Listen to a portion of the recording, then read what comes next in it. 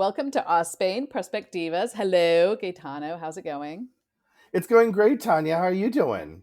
I'm doing okay. We have a fun interview today That we with, do. we do, right? And with, not only fun, it's actually very informative, I gather to say.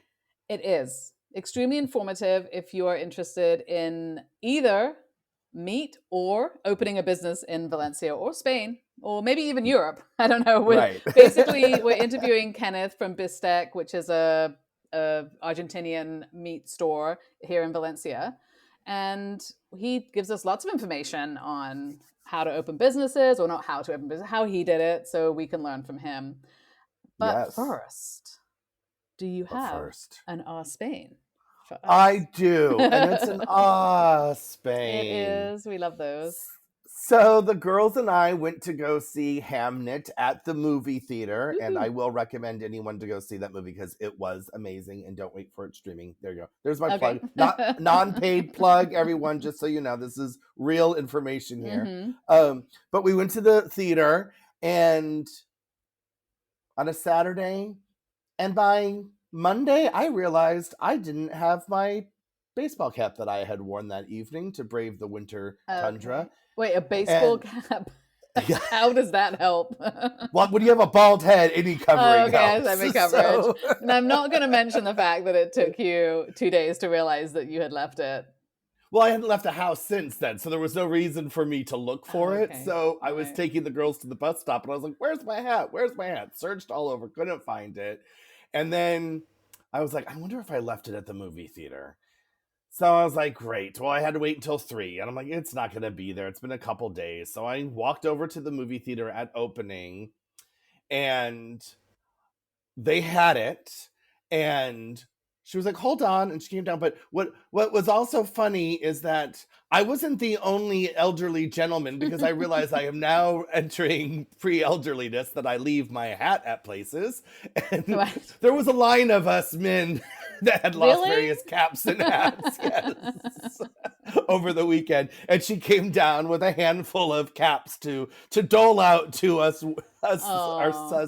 us sad souls. So it wasn't just baseball caps, because I was going to be rude about the fact that maybe nobody wanted a baseball cap here, so therefore it was still there. But it was an array of different hats, maybe? Yes, there was like woolen tams, Oh, like okay. the Spaniards wear, Okay. that very typical English hat. There was those, yeah. So That's lovely. it was an Ospain, because I don't know if back in Los Angeles I could have gone back days later and found my hat, and it was my Olympics baseball cap, so it was a special Oh, one. It it's a wasn't special like one. it was like, Yeah. oh, I wear that one all the time. It's a happy joy memory. You never So know. Yeah. Well, that's lovely. I like that. yeah, yeah. And how have you been this week? Do you have any things you want to share before we go right into this interview? No, I finally have my office set up. I guess that could be something, but it's taken months because it had been the dumping ground for all of our boxes when we moved. So I'm Mm-hmm. actually right now sitting at a desk. At a desk. What? With with What? a proper chair. Now, can I share with our audience that now that the your transitional days of movings and Airbnbs and all that stuff is over, what people don't realize is that there was at one point in one of your Airbnbs that Tanya was recording in a closet because the echo was so bad. Yes, I was on the floor in the closet. Yes. It was the best spot in the house, but it's like when it's not your place, you can't be like adjusting things for Right. podcasting. And well, closets are known for that, I suppose. But now, yeah, it's very exciting to finally have this room sort of sorted. So, yeah, And it's the question exciting. also remains that I have to ask, because we haven't been invited. So when are we coming in for your housewarming? When do I we get to mean, bring you a potted plant or when something? they stopped doing festivals, we've had Well, festivals like every week. we want to come for a festival. Uh, well, I mean, for those of you that have pets, you will appreciate that the festivals right now, our dog does not like any of the firecrackers and the Ah, fireworks and yeah. stuff that go on for everything. So every festival has been a bit stressful trying to get her to calm down and all this. And we're trying multiple things, and we have a trainer that's helping us. And but it's not something that gets fixed overnight, but they No, will do no. fireworks every single weekend, and then every little bit in between. And I'm coming up to Fallas, so I'm trying to, with all these little festivals, kind of getting her a little better and a little better, hopefully, so that by the time Fallas comes, we don't have to just split and go somewhere Right. else. So It'll be interesting your perspective. I mean, this is pre-episode chatter for mm-hmm. coming up. Is we've already done a Fias episode last year, so we're not going to rehash old stuff, but we're going to bring in new stuff in the future. So it'll be interesting to see how Fias is done in your new village closer to the city. Because we were actually here during COVID, right after COVID, but they weren't doing it. So we have lived in this town during a Fias, but it was not happening. And then when we lived up in the mountains, because we were in a natural park, a national park, the fireworks and all the firecrackers were banned outside of the actual city, the town center, because you couldn't just set, we have wildfire problems here too. Right. So they don't allow that. So that was actually wonderfully peaceful to be up there, because people just couldn't do that, and they didn't. It was, they follow the rules. So there wasn't going on. So yeah, this will be a very different experience for us to be in a town with it all going on. Well, I can't wait to see what kind of statues they build in your town, if they're similar to the ones here, if they use a different I think artists or artistry, or different thing, because we've talked about how they are very similar, the statues, even though they're all different. No, it'll be the same. Yeah, it'll be the same, you think? Yeah, I think it has to be. Well, I mean, I have seen them, and in all the places that I've seen them outside of the city, they have the same look that you're talking about. They're built the same way. That is a tradition, the way they're built. Well, we talked about this in our episode, I think, from last year, is there are traditions of how it was built, and then new ways that they're building, and blah blah blah. So I think it'll be, but it's always fun to see what they built, because that is always unique and interesting. It'll be interesting to see if what their tongue-in-cheek they're making fun of is more local to your town. That's are they true, going to make fun of our mayor. Local mayor? Yeah. Or the foreigners that came in and don't know what they're doing here. Who knows? Yeah, just never know. Anyway, that's a little tangent. Anyway, but so anyway, we have this wonderful interview coming up. So we hope everyone enjoys it. And this is our second interview, so we hope the sound is good. We're still getting out our what's the word I'm looking for? Bugs and technical difficulties. Absolutely. But enjoy.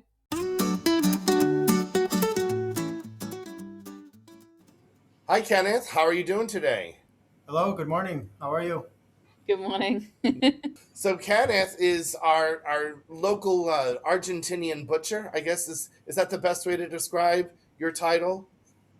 Yes, more like a franchisee, I would say. I mean, I don't have a butcher. I'm not a butcher.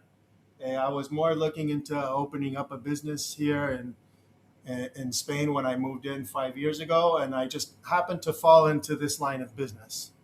Not a bad line of business, can I say? You have a beautiful shop, and you are around the corner in the neighborhood that Gaetano lives, not where I live. So I popped in and purchased some of your, I don't know what the exact name for it, but it's like beef hamon, and it was cecina. So good. Yes, delicious. Yeah, but you do offer a lot more than that, but that was what I chose out of the array of deliciousness that was there. Exactly. So Kenneth, how long have you been in Spain or in Valencia? So I've been in Valencia about 5 years. So I came right after the pandemic. When the pandemic closures in Argentina were like a little bit longer than the rest of the world. They kept us locked in a lot more. But basically, as soon as we were able to get out, we moved here. So that was, I believe, late 2021, early 2022. We moved. We moved with the idea of coming straight to Valencia. We had not lived here before. Just to give you a little bit of background, I lived in Madrid when I was a kid. I did all my teenage years as a kid. I finished high school in Madrid. Okay. And then I moved to Argentina, and I lived in the U.S. for a while, and I lived in Mexico, and different countries. I did an advertising career, so I worked in different agencies, in different countries in the Americas. but I always had like a very strong attachment to Spain, uh, such as so that when I lived in Spain, I got my Spanish nationality back in the day. So I always had that. Um, Nice. Although I hadn't really, after I left high school, I hadn't lived here ever again, and I lived in Madrid. But after the pandemic, me and my wife were kind of like out of business basically because we both had businesses running in Argentina that we had to close down, and we had to think about restarting again. And the social and political situation of Argentina at the time was pretty rough, I would say, to Uh-huh. think about starting a business. And I mean, the whole world was really because it was post-pandemic. But Right. we were back to a reset, and we decided, okay, if we're gonna start again and put a lot of effort into it, and we had just had our daughter, we were like, let's give it a try, and give it a try in Spain, and try to live close to the beach. So we started doing our research, and Barcelona came up, Madrid came up, and eventually we ended up deciding on Valencia because it just, all the check marks were clicking perfectly. I Yes. feel like that's where how a lot of people end up here. They sort of have dreams Exactly. of other places maybe, and then once you start narrowing it down, I think, Uh-huh. yeah. Yeah, it's like a young family, like a good place for a family. It's, the cost of living is not as expensive. It's perhaps a little bit more laid back. It's a city that's not over a million in population. I think it's 800,000. And Right. so if, coming from Buenos Aires, this is like a really small city for us. But, it was exactly what we were looking for. It is It, a very small city. Did yeah. you like know that you were going to be opening a business here, or did you kind of come here and then sort of think about what you could do? No, I mean, I knew we were coming to Spain with the idea of opening up a franchise. Okay. We didn't really know exactly which one. Of course, I did a lot of research on the subject before arriving Spain, and my mind was fixed on doing something like one of these empanadas Mm. places, Hmm. um, which which was like a really big franchise. It has over 50 stores, in all of Spain. So it was like the classic franchise type situation, like offer that I was looking into. But then when I moved in, I went to check out this store, and it was okay. It was all right. It was kind of what I expected. But then right beside the store, there was a Bistec store, basically. Which is, And that's the name of your store. We haven't mentioned that yet. Yes, So we have. okay, exactly. So Bistec is the store that basically I saw that was right beside this empanadas place, and I was like, wow, that looks like a really cool store. And I've always been a lot into meats. Like I'm always, I like barbecuing, and I knew my fair share of meats and how they're raised and cattle and all that stuff. And so I went into the store and I met the owners, and I told them I had intentions of opening up a business, and we kind of agreed that they were also kind of looking for someone to start off like a franchise type model. and there Mm. and the store you're talking about, it wasn't in Valencia. It was somewhere else. Oh Yeah. no, this was in Madrid. Sorry, yes, this was in Madrid. So Uh, they weren't a franchise yet. They were just like one store that was interested in having more. yes, yes, Great. exactly. Yeah.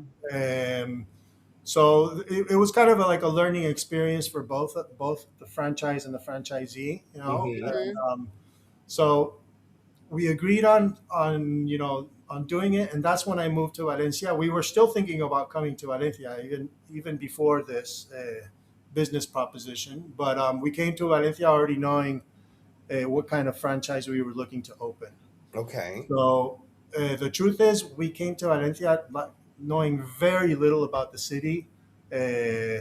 We looked for like a hotel or an Airbnb that would be the cheapest, to be honest. Right. So what we ran into is we went to live in Alfafar, which is not really in the city. It's like about 10 minutes away from the city, Hmm. down Right. south. And we stayed at a hotel there, and we kind of drove into the city every day for about 2 weeks, trying to get to know it. Which was awkward in a way because we didn't know anyone. And it's not like we could just meet up with a friend and they could take us around the city. We just basically Right. came in with a car, and we just walked around the city with our 2-year-old, and kind of discovered it on our own. That's kind of a good way to do it, though, since you had to drive to stay outside of the city and drive in and out of the city every day gives you a unique view of neighborhoods that you probably never would have gone to if you weren't driving through them.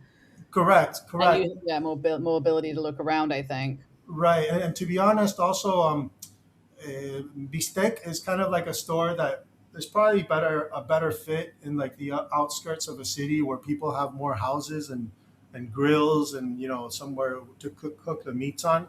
Mm-hmm. And I saw that forced me to go and look around the outside of Valencia. But we noticed that like all of the businesses were really pretty much concentrated in the city. There was not. Right.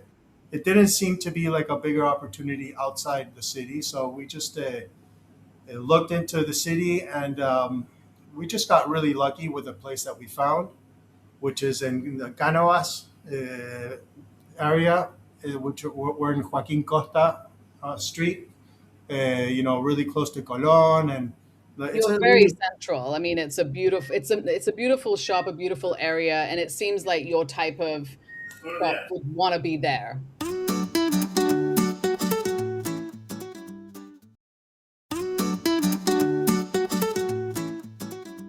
So I think will be great for everybody to know is, first of all, tell us a little bit about all the delicious things that you offer in your shop, and then because that'll entice everyone to Valencia, having been there myself. And then maybe we can just talk a little bit about like what the process is of opening a business as a foreigner in Spain and in Valencia. okay. So the store is different from many stores in Valencia. This is like a meat boutique, rather we like to call it, rather than a butchery, because basically you have all of the meats and everything presented. They're all in vacuum sealed packages, ready to go, and it's not like your traditional butchery where you could come and ask for a certain meat, and I just have them all hanging out there, and you can choose what you want. Over Right. here, it's like a different model, which exists a lot. You might see it a little more. You especially see it a lot in Argentina, but you'll see it in Madrid. You'll have more of these stores. But in Valencia, I'm basically the only one that has opened up this concept of store, which is, the vacuum sealed meats of like really high quality meats. What we have is mostly Argentinian Angus grass fed beef. It's grass fed, grain finished, so it's like really top quality. And apart from that, the store theme is everything surrounding meats. So you'll have the wines, and you'll have the coal, and you'll have the seasonings, and you'll have the rubs, and you'll have the sauces. Everything that I can relate to meats is what I try to have in the store. Mm-hmm. And it's been already almost 4 years. Of course, just to tell you a little bit of how things went from the start. So basically, as I told you, I was the first franchisee for this company, and I had to do like everything from scratch. So it was more like starting your own business It versus. was starting my own business, but having a good crutch, which were my business partners Mhm. that are in But it was Madrid. that's a commitment to be the first franchisee as well. Like, I mean, that is a Oh, of commitment course, too. yes, Yeah. we're all highly invested in making this work, and I was very fortunate to find good, honest people behind it. The franchise world is difficult, as I've heard in Spain. Um, One specific thing, to give you a tip on franchises in Spain, and I don't know if it happens elsewhere, but what happens here a lot in Spain with the franchisers is that they offer a really good product, and that as a franchisee you're obliged to buy it from them, Uh-huh. Mhm. and that kind of limits your movement, because if they want to raise the prices on you, you have no other option than have to buy them. So you have to be really careful about what franchise you select, because Gotcha. there's many franchises that will get you into the business, showing really good numbers, but then when things are doing good, they can very easily squeeze you.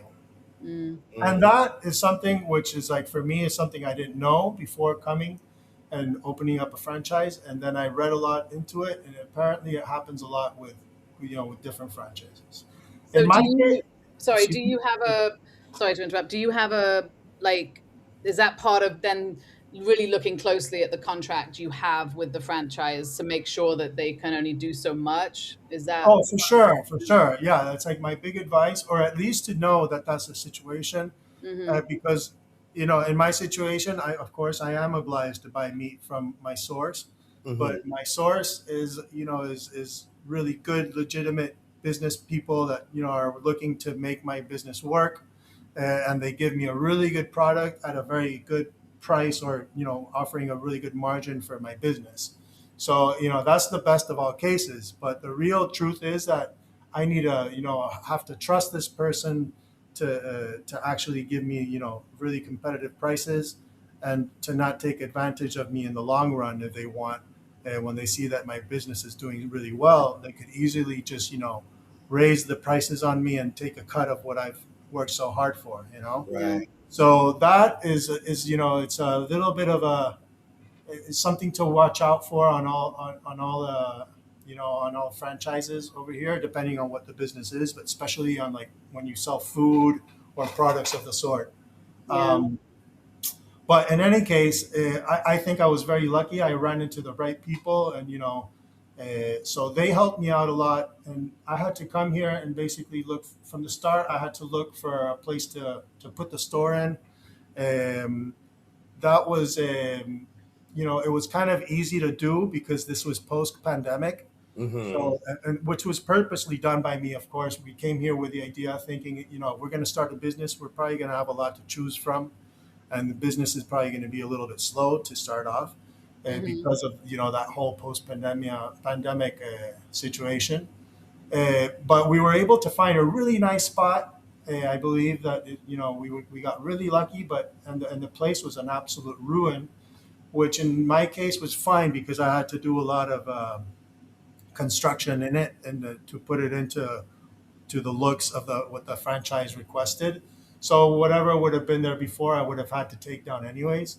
So I was lucky to find a place that was in a really good spot, and I was able. It was like a clean board, that I was able to just do the work that I had to do on it. And Did you find when you were looking, and this might have changed because of like the timing that you were here, when you were looking around for places, were most places that you were looking at locations that you would have had to do work on, like it was really old businesses that have maybe gone out, or did you find a lot of places that maybe were in good shape? I no, mean, no, the normal thing would be to find a place that is in decent shape and that you could use as is. okay, and you found enough of that in Valencia. Oh yes, I mean at the Okay. time there was like a huge amount of offer. I don't Mm, think that the situation is like that anymore. As a yeah. matter of fact, if you walk around, the blocks around this store, you'll see like most places are being taken over, or they're actually finishing things off. Hmm. But there's not so many like free places to rent anymore. Yeah. True. Yeah. I mean, even the couple years I've been here, I've seen the storefronts are filling up. There's less vacancies. But I had a question: was starting this business, was it, so you had the support of the franchise, even though you're doing this as a new franchise, everything's new. But in dealing with the government, was it easy to start this? I mean, was there like a checklist from the government, just follow these steps? Or was it like every time you went, there was a new rule and a new thing and a new. No, no, no. It was actually pretty easy, to be honest. I of course I hired at the time I hired lawyers to do all the contract with the franchise and everything, and that was really easy. Although I have to admit that I paid more than I should have, because it was I was kind of a bit scared at the Hmm. time, to not fall into the wrong hands. So I paid that extra money, Hmm. and then the construction, or the engineers that actually do the whole plans for the store and everything, they were recommended to me by the franchise. Okay. So that, of course, the franchise added a lot of value in that sense, because I don't know that I could have done it on my own, Mm. because I had never done such a thing. But Right. basically, what you need is an engineer that knows the kind of business that you're in, and so they kind of design the store. The whole design of the store is thought following strict guidelines, Mm-hmm. how a store of this, that sells meats has to be.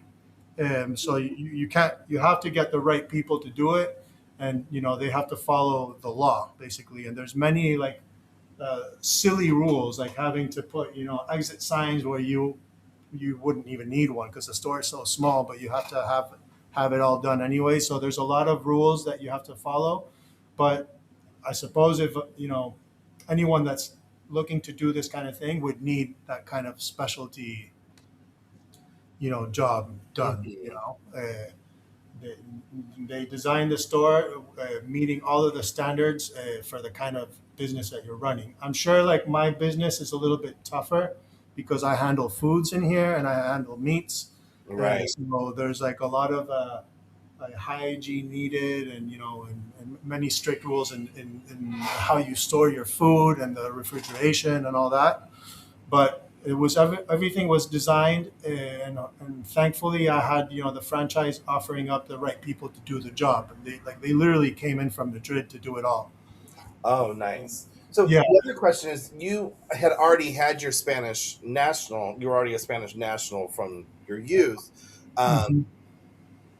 So that, I'm assuming, made the process easier. Do you know any either EU nationals that are not Spanish nationals or foreigners? Have any of that community of people you talk to that how their experience might have been different from yours? I'm assuming yours. Well, I don't know how it would be for not like absolutely like non-European, nationals. I would suppose that it's not as easy, or you would probably have to get some kind of special visa saying you're investing a certain amount of money. I think that there is that possibility. But in the case of being European or Spaniard, Mhm. it's rather easy. I mean, I just the first thing I did when I got in was open up a bank account, which was very simple because I had a passport, and was able to get all of my social security issues working once I opened up the store. If not, you had to pay for it initially. But I opened up what is it? Limited liability, una SL. Right. Like an LLC type Oh, of. Yeah, exactly. Yes, person. Yeah. like an LLC. So as soon as I had that, I was able to get my insurance, and I was basically like employed in a way, and I had all those benefits for me and my family. But of course, I'm sure that being European made things much simpler. Definitely. And I know that, and I have met Italians or Germans that were in the same situation, and they had no issues. I mean, I think you just have like a little extra step if you're Italian that you have to do, like bureaucratic step that you have to do, but it's nothing Nothing mind major. boggling. Yeah. As far as the people that you're hiring, I think people might be surprised how much lawyers are used here for Mhm. everything. So that's obviously something that is good if you have a good recommendation of a good lawyer, not you to give, but if somebody is to do this, make sure you're using someone that's recommended. I'm assuming you also had an accountant that's doing your accounts. Did you have Yes. anybody else? Like, what's your team of external people that you needed in order to open your business? Well, I have an accountant. I started off with an accountant in Madrid and the lawyers in Madrid because that's where like I started everything off because that's where I moved in when I just moved in, Mm-hmm. and that's where my sister lived. So I stayed at her house for a little while, and so I got all that solved. But then once, I'm sorry, I forgot your question that you asked. Just what is the team of external Oh, people? the, Like, you the have team. like a lawyer, an accountant. If you had So a I fee had those, structure, but then yeah. once I moved here, I noticed that it was better to have an accountant that actually like lived here and could come to the store, and Mm. so because I worked with the ones in Madrid for about a year, but eventually I worked with one over here, which is like a very well known company. I think it's called Sentia Alliance. It's the company. I think it's a worldwide company, but It's a big basically, firm. yes, it's a pretty well known firm, and he basically does all my numbers and all my taxes and all that. To I'm I'm pretty bad at all that stuff, to be honest. I'm glad I have someone that does it for me and will recommend how to Yeah, go about the stuff. But it's probably like the equivalent of doing taxes in the U.S. Only you can't really do it on your own here because it's it's so it's much. pretty messy. Yeah, you Yeah. need someone to do it for you. I think But it's good advice overall that whenever you open a business, hire people to do the things that you don't know how to do or you don't like to do, Yes. Oh, because there's especially in so that much sense. work anyway. So if you're trying to do things that you don't know how to do, it just makes everything so much harder. Oh yeah, I mean it'll cost you a little more with the lawyers and everything, but they'll walk you through it, and you do have to do, and it also it makes the process much faster as Hmm. well. Mhm. If you like decide to do it on your own, you know, it makes everything longer, and you have to make longer lines, and instead of when you have the people involved, you skip all of that. Yeah. But the bad side of it is that you kind of end up not knowing anything of what you're doing, Right. doing what people are telling you to do. So then that kind of catches up with you sooner or later. But it does get things solved much faster. Yeah. That's true. Do you have But right any? now, as a team, I have just this company that I work with, and initially I had the engineer that did all the designed the whole store and everything. They also get all the permits. So they also have to go and present the LLC as we talked about, and what kind of business I do, and they have to present exactly like how the whole store will be designed and where the refrigerators will be and everything. It's like a whole big plan that has to be presented, and that I was not a part of. Like they did everything, thankfully. So it sounds And pretty easy. I mean, you just need cash coming in, but it sounds like it was pretty easy. No, I know I'm actually like making it's not as complicated as it may sound. I mean, that same person did it all, and they kind of do this on a regular basis. But as I tell you, it's because I had a franchise behind me, kind of leading the way. well, that's what I mean. It sounds Not like it would a have been pretty clueless. easy process. That sounds pretty awesome. No, in that, are there any tips of wisdom you have to offer someone who's like, I'm going to move to Spain and open a business? Is there any tips for you? I mean, for them that you have? Uh, I mean, on hindsight, for me in my case, I think I was very lucky. But to find the right place to put the store and everything is kind of essential. Location, location, location. That's really important. I think I got lucky, but I was very close to not getting it right, and I was just tipped off by someone right at the right moment, and I decided to come to this neighborhood. Uh huh. Um, Well, I mean, and I given would your advise trying to business, get to know the place a little more than I did. I was going to say, given your business and what you're selling, I think you are in the perfect neighborhood, right? So this is, Yes, yes. It turned out that yes, and it's also like a good corner because you can basically leave your car parked right in front and just hop on into the store, and it's a street that's really wide. So like I get many clients that come with a car, and that's also a plus. And nice. double, triple parking. To be clear, I don't think there's parking spots necessarily outside Oh of your. no, no, no. There's double But triple in parking. Spain, in Yes, Valencia, it is perfectly normal to double, triple park your car because we have these big kind of roundabout areas without the roundabout in the Well, middle. it's the You have to intersections. do Our that. intersections are parking lots. They're They are huge. parking lots, and you can, yes, and it's totally fine. And the police will just drive by your car. It's got the blinkers on. You can pop in, chat with Kenneth, pick some exactly. meats, and still get back to your car and be totally fine. As a driver driving in Valencia, I know this, and it does. You're absolutely right. It's not Yeah, like you're getting a parking spot in your you're neighborhood. not gonna find a parking spot. You're gonna learn really quick because you're not gonna find a parking spot. So you're gonna have to learn just to double park. Yes, and it's perfectly fine to do that. So if you do swing by the shop, just do that. Yeah, yeah. So I guess since you've been here for 5 years, I guess we should ask the question because we like to ask. It's what Tanya and I keep talking about our show, and Mhm. what we'd ask people is, so you've been here 5 years. What have you noticed that has changed? What is your take on from when you arrived to now? Oh, wow. Well, I think we're seeing a lot of people come to Valencia constantly, constantly. Lots of foreigners, um, like from Latin America and from the U.S. and from Canada.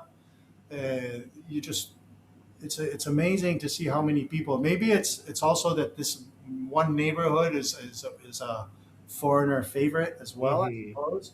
Mhm. But you're seeing a lot of them come in, and I welcome it. It's great. It's a really nice atmosphere of, of different expats. I got a lot of expat clients that, share their experience with them. And I would say that 99% of the cases, everyone's super happy with the move of coming here, Yeah. as am I, it's a kind of strange, the amount of people that are in your same situation, it does Right. feel like it's a place where so many people are coming in. I know some Valencians. I know some Valencians have an issue with that, with the gentrification of the city. But I have a more positive and open view about it, because I think it's making the place a better place. Right, right. Fantastic. My theory is because people complain, and it is, the prices are getting very expensive and doubling in a very short amount of time, and there is a valid complaint to that. I think it's a problem that happens in a lot of places. Right. Around the world, really. Yeah, but I think, I mean, I've been here the same amount of time. We moved in 2020, and a lot of the changes for me have been the difference between being here during COVID and post-COVID and everything coming back to life after. So it is nice to see everything just flourishing and businesses like yours popping up and having a more eclectic kind of business and restaurant environment, I think. And businesses like yours really, I think, are crucial to that happening. I think as we wrap up this, is there anything about your business or anything in particular that you want to just mention the name of your shop again, obviously? So my store is Bistec Valencia. We're on Joaquin Costa and Borriana, Joaquin Costa 30. And basically, I would recommend you to give it a try. It's So honestly really good meat. The store looks fabulous. Everything looks nice from the outside, but in the end, what really matters is the product. Mhm. And I can stand behind my product. It's actually it's really good meat, and I get constant comments about it. So you gotta take advantage of it Absolutely. while it's still a secret. Not anymore. Well, you have a beautiful shop with amazing products, and Yes. thank you so much for your time, Kenneth. Thank Thank you. you. Thank you. Appreciate it. Sure. All right. Bye. Bye-bye. Ciao. Well, Tanya, that was a successful interview, I think. That was amazing. I mean, I do love his store. I've only been there a couple of times, and it is amazing. So I would definitely recommend everybody go down there if they can. And For sure. he was very informative, and that I love that, because we do want our interviews to give people something that there might be people that are thinking about opening a business here, and I hope that was informative on making it sound good, because he had a good time opening the business. Had a good time with no overall. major hurdles. No. Yeah, it sounded. I mean, I think it's getting my juices flowing. What's the business I'm going to What start? business? Spain, the shop. What do we sell? Spain, the shop, yes. I don't know what to sell. Tote bags and water bottles. I think we need to come up with a better plan. Well, if you want a tote bag and water bottle, I think we have merchandise available on our website. We do. Yes, we don't need to open a store for that. All right, Tanya. Adios. Adios. Bye. Thank you for listening to another episode of Our Spain. We really appreciate all the support we have received since we started this podcast. Visit ourspain.com for transcripts to this and our other episodes, some exciting merchandise, and if you are so inclined, there is also a link to buy us a coffee, which helps support this fun endeavor. And please follow us on Instagram and YouTube at Spain Podcast. And don't forget to subscribe to us wherever you're listening. It really helps us stay connected, and we'd love to hear from you. Let us know if there's any topics you would like for us to talk about. Even though we are happy to talk about anything, we also want to make sure it's informative for you. Exactly.